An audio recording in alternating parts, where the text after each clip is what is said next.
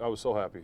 You know, there's so many guys that were deserving of making it. I think Juju should have made it as well, but I always have it for my linemen that get to go, and then James just showing what he's done this year. All right, it is Ben's Day, and quarterback Ben Roethlisberger talking about the 6 players from the Steelers squad who were selected to the Pro Bowl. We'll talk about that and much more. But the Steelers are preparing to head to New Orleans to face the Saints, and they return to the practice fields today here at the UPMC Rooney Sports Complex. So let's take a look to see what guys did.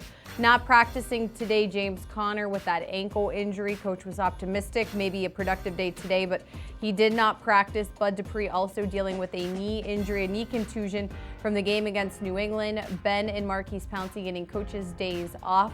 Terrell Edmonds is in the concussion protocol. He was limited today. And then the good news, Cam Hayward had a knee injury also from in-game against New England, was a full participant. We had a chance for the first time in the past 2 weeks to hear from James Conner in the locker room. Let's take a listen. I'm trying to manage day by day. You know, these high ankle sprains, they're deceiving. You know, it's like I can walk around fine. I'm not limping around, but you know, when I'm out there in the field, you know, cutting and stuff is just, you know, not ready yet. You know, it's the reason why it's 53 guys on the team, and you know, you see the way Jalen and Ridley's been playing, so they're capable. You know, I want to go, but if I'm not feeling like me, then I wouldn't be James Conner. So you know, I'll go out there less than ready. So I'm just I'm day to day with it. What's the plan for later in the week as far as giving you more and more? You know, I try to do a little jogging today, and that's all it is. Just take it day by day. You know, I'll go out there and jog a little bit and see how it feels. But just stay the course, man. It takes time. No matter how much treatment I do, it takes time. So, you know, just take it day by day. All right, and joining me now to talk about James Conner and the rest of the practice report is Craig Wolfley, and you get to talk to James Conner every week on your radio show. Right. So obviously not the news we wanted. Coach Tomlin seemed a little optimistic during his press conference yesterday that maybe we would see James Conner practice day, but as we heard from him, the man himself, day by day doesn't sound too good. You know, it's rough because high ankle sprains, unlike regular ankle sprains, they just seem to take longer. I mean, now you get in this period of time where, you know, you have this injury to the ankles and it hits the ligaments. And one of the frustrating things about it is it seems to take a lot longer than does a regular ankle sprain. I can remember back in the day we were playing Cincinnati and Fathead Tunch got beat on the inside by Skip McClendon, and he threw him on the back of my legs. I'm in deep on Tim Crumry, driving him off the ball, right? Boom, on the back of the legs. I get the high ankle sprain. I get a little crack in the bone and so forth. And I thought it took forever to heal, just forever. And the thing about it is you walk around and you feel like, well, I think I could go. Now, I shot that ankle up in 3 different places, and I still felt like you could feel like the bone was crunching in the ankle. It was crazy. But the fact is you can't develop any power coming off your toes. Everything has to be done off the whole foot bottom. And you can't cut, you can't get up on your toes, so you have no power to deliver a blow or speed in being able to run. So that's what's really holding James back is the ligaments. The ligaments, they take the muscular power and transfer it to your foot. Well, those things are botched up. So, you know, I'm not a doctor. I do play one occasionally on radio and TV. And so for the moment, I will tell you, it's a rough injury, and it's one of those frustrating things that really, really just lingers. All right, obviously you want James Conner out there. He is one of the 6 guys that was selected to the Pro Bowl. We'll talk about that in a bit, but what did you see from Jalen Samuels that you liked, especially against New England? You know what I loved was the vision. I loved his ability to cut back, which I didn't see him having. I thought more that he was a straight line guy. I loved the fact that he was very calm. You watched him in the warm-ups. And I can remember back in the day in my first starts, those sorts of things. I was a lot more frenetic than Jalen Samuels was. He was very calm, and his demeanor on the sidelines and in between plays apparently looked to be very calm. But you could see his vision in cutting back. That I was not anticipating. His ability to stay in concentration for 19 carries. You know what's amazing? You never had more than 12 in college, and you think, maybe you lose focus after a number of carries. Not this guy. He stayed professional about it, and he showed professional results all the way through. All right, and since it is Ben's Day, let's take a listen to number 7 on Jalen Samuels. I thought he showed good patience. I thought when it was there, he hit it hard. He protected the ball. And you know, those are things that you want from a guy that isn't used to carrying it as much as maybe he's going to have to or did. All right, so a tall task though, going against the Saints defense. Ooh, this is going to be a rough one. I just came from watching a couple hours of film on these guys, and these guys are rough hombres. You got some serious people up front that can hunt, that can stay in their gaps, they can get the pass rush going, and you got some people that are going to blitz. And the one thing that Jalen's got to be able to do is be able to be part of that blitz control, pick up the blitz type package on third downs. Had a couple of whiffs on that, had a couple of situations. He needs to come through and be the guy. If you got to stand up there and take that blitzer coming on, you got to do it. You can't turn somebody loose. And, you know, I expect it to be part of his game coming up. But you can bet the New Orleans Saints, if he's in that backfield on third down, they're going to try him out. All right. As we mentioned, James Conner, one of the 6 Steelers that were selected to the Pro Bowl. So let's go through the list because I know Wolf wants to talk about that O-line, right, Wolf? Oh, of course. All right. Antonio Brown, James Conner, as we said, Dave DeCastro, MAURKICE POUNCEY, L. Villanueva, and Cam Hayward, the only representative on defensive. Sure, we could talk about some snubs here, okay, right. And that's fine. But let's talk about these 6 guys. Well, first of all, the best part about Marcus Gilbert going on the IR is we don't have to say, dadgummit, Marcus Gilbert should be on the Pro Bowl, okay? But what we can say is you got Big Al, you know, you've got Dave DeCastro, you got MAURKICE POUNCEY. Again, great Pro Bowl selections. What a cool thing to play with your brother on the same Pro Bowl roster because you've got MAURKICE and Mike Pouncey both going. And then, of course, you've got your running mates there, DeCastro and Big Al. Again, so worthy. What a great job these guys have done all year long. And for Al, this has been a growth year. He's really been able to kind of hone his game more. He's developed it at a deeper level.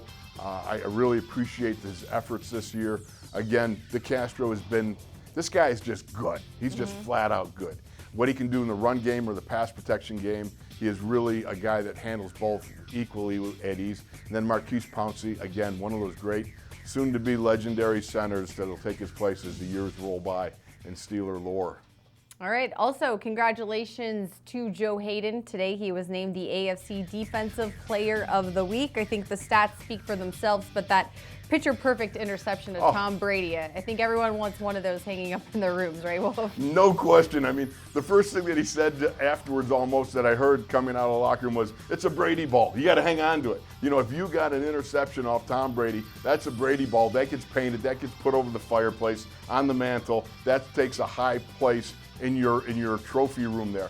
What a great job by Joe. If this had just, you know, it hung a little bit more and Gronk had hit him and stuff, what a difference it might have been in the game. But for him to be able to come up with that terrific interception, show that he is a Michael Jordan athlete because he wears Michael Jordan shoes and Michael Jordan gloves, which I guess is a big thing amongst the athletes. It certainly says something about him when you watch him go up and high point the ball with about a 40-inch vertical. Tremendous job. I don't know why he's not in the Pro Bowl. Dadgummit, he should be in the Pro Bowl. And Joe, I'm voting for you. You should be in the Pro Bowl. But the fact is he's not. But what a contribution he's made to the defensive backs, defensive backs room, and you know, to the Steelers this year. All right, congratulations once again to Joe. That was the first time he received such honors in his entire career. So congrats to Joe. Wolf, thanks for joining me to go over the practice report and much more. We're going to take a quick break. When we return, Mike PRISUTA is on hand with his perspective as we get ready for the Saints.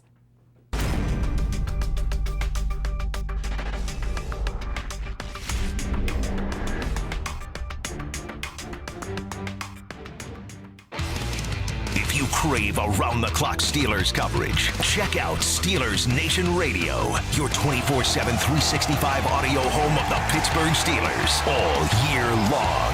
SNR keeps you in the loop with exclusive Steelers content, vintage game day replays, and expert analysis from those who know the Steelers best. Listen to your 24/7 audio home of the Pittsburgh Steelers on iHeartRadio, Steelers.com, and the Steelers official mobile app.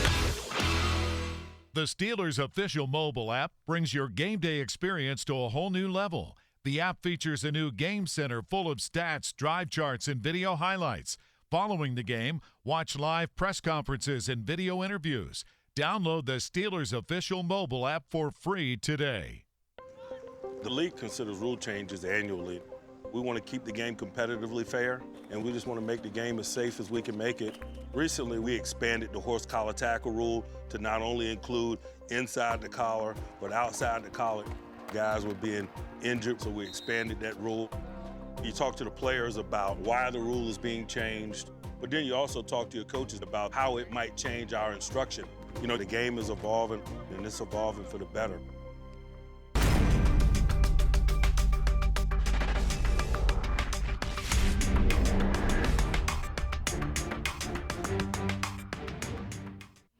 Welcome back, everyone. As promised, Mike Prisuta is here with his perspective for the New Orleans Saints. Hey, Mike.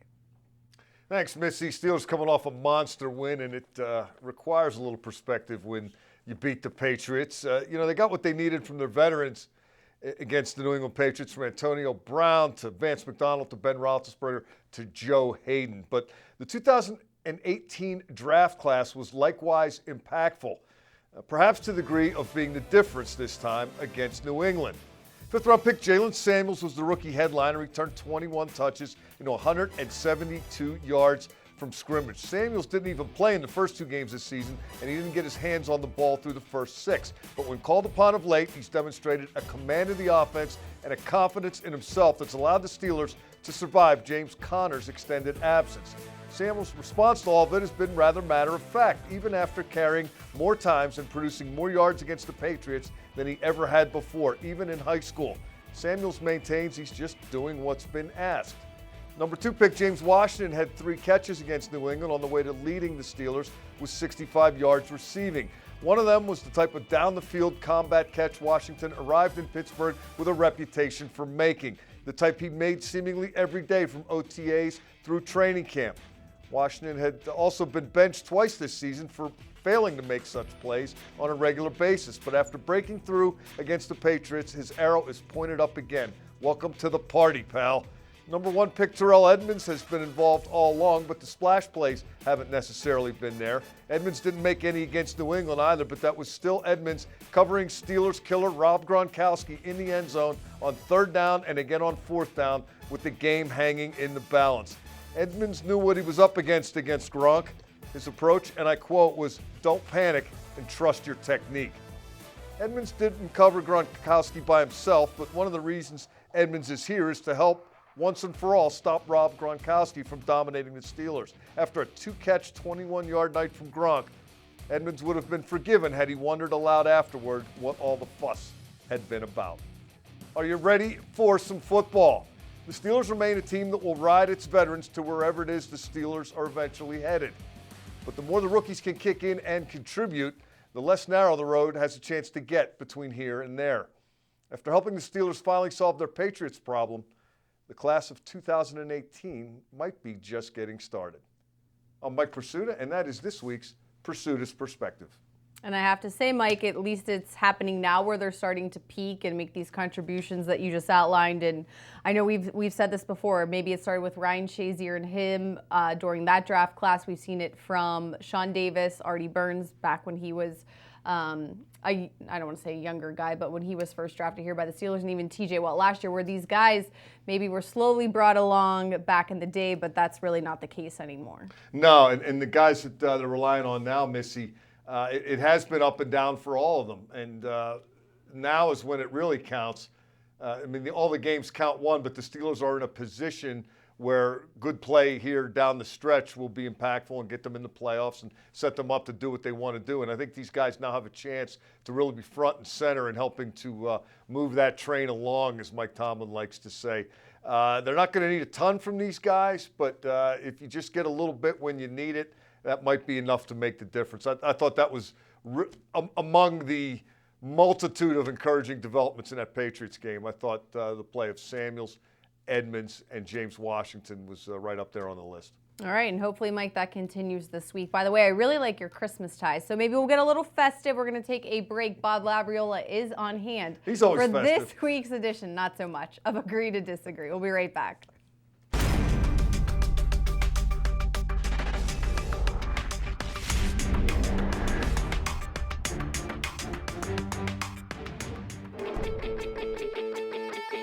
There are no fans anywhere like Steelers Nation.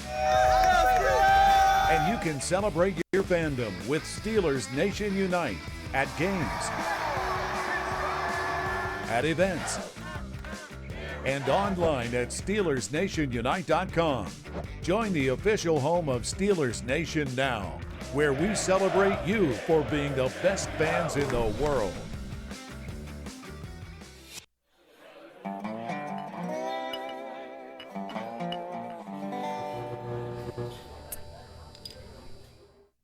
All right, it's officially time to get into the holiday spirit, and it is lit here on Agree to Disagree, the show at the motto. I'm All right. right. He's on He's Santa's naughty Scrooge. list.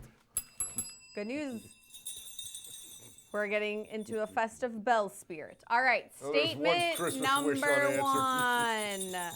Let's see Connor and Samuels together. Prisuta, you're up first. Oh, absolutely. Let's see Connor and Samuels together. Assuming James Conner has made the progress he needs to make rehabbing his ankle, and he is available to play. I would love to see James Conner and Jalen Samuels playing together in the same offense, not the same backfield. I'm not talking about an old Franco Rocky throwback thing, but put one of them in the slot, put one of them out wide, put the other in a running back position, and see what you can come up with, Randy Fiegner. See how many play fakes you can make. See how you can toy with the defense and throw another weapon in there for the Saints to worry about. You know, this is something that New Orleans is doing more and more of as the season progresses. That would be using its two-headed monster at running back, Mark Ingram and Alvin Kamara, in the same formation. You can do a lot of different stuff with these guys, and when it works, everybody can shout their approval by screaming, "He-ree!" I'm going to disagree with the statement and disagree with, I don't know, what Elf over there with that wonderful jacket. You know, I think that I'm not opposed to using them both, but I think you use them alternately. And this is the reason why. If you put them both in the same formation, then one of them is going to be taking the place of one of the receivers. And the way James Washington has emerged, I think, the last couple of weeks, and with the return of Eli Rogers, you also have Antonio Brown, Juju Smith-Schuster, and Vance McDonald. Well, you're a five wides guy all of a sudden. No, now. I'm not. I'm just saying that I'm not going to put a running back out in one of those spots to take the place of one of those guys. If you really want to threaten the Saints defense and make them think that, or deal with Ben Roethlisberger with his full complement of weapons, I think you would rather have those guys out there, some combination of 4 of them, with one of the running backs. If you want to switch the running backs in and out, that's okay with me. Just in the nick of time, Labs. All right, statement number 2. It's a bigger test for the offense. Labs, you're up first. I'm going to disagree. I know that, and I'm not disagreeing in a way that should indicate that I don't have a lot of respect for the Saints defense, because I do. And I actually think that the Saints defense makes them the best team in the NFC. But let's get real. I mean, Drew Brees in the Dome, that to me is a huge test right there. Mike already mentioned the Saints' two-headed monster in the backfield. Both of those guys, Kamara and Ingram, are a full-time job. And did I mention Drew Brees is the quarterback? This is a guy who completes close to 80% of his passes. The Saints have scored 30 or more points this season 9 times, 40 or more points 6 of those 9. This offense is dynamic all the time, especially in the Dome. Good defense, great offense. Prisuta. Yeah, I agree with everything that he said, and that's why I think that it's a bigger challenge for the offense. The Steelers defense did a tremendous job against New England, but the Saints on the road in the Dome is another story entirely. I got a full disclosure. I did not expect the Steelers to hold the Patriots to 10 points last Sunday. Really? I am certainly not expecting them to hold the Saints to 10 points this Sunday in the Dome. I'm not expecting them to hold the Saints to 20. I'm not expecting them to hold the Saints to 30. So to me, that's where you start. The offense has to get 35, 38, maybe a little bit more than that. And here's the issue with that. I think the Steelers offense has that kind of capability, but it's going to be oh so tough to do in that Dome, on the road, on the carpet. The crowd noise that served the Steelers so well in the Patriots game and was so impactful in their pass rush, getting off and getting after Tom Brady. That is going to be working in the Saints' favor this time. And this just in, the Saints are the best run defense team in the league. I don't think the Steelers are going to be running the ball very much. So they're going to have to throw when the Saints know they're throwing, and it's got to work. All right, thank you for cooperating there. It's going to be a tremendous challenge. All right. Can we bring back the other bell? I have both bells. That's annoying. Okay. Since you both disagreed on everything, that's fine. The real winner today of Agree to Disagree is Lab's wife, because that sign really, bringing her A game today. So shout out to Lab's wife for helping get us into the holiday spirit. That is going to do it for Agree to Disagree. It's also going to do it for Steelers Live, thankfully. So we appreciate you watching us. Oh, man. All right. Well, thanks for joining us here today on the show. We'll see you tomorrow at 4 p.m.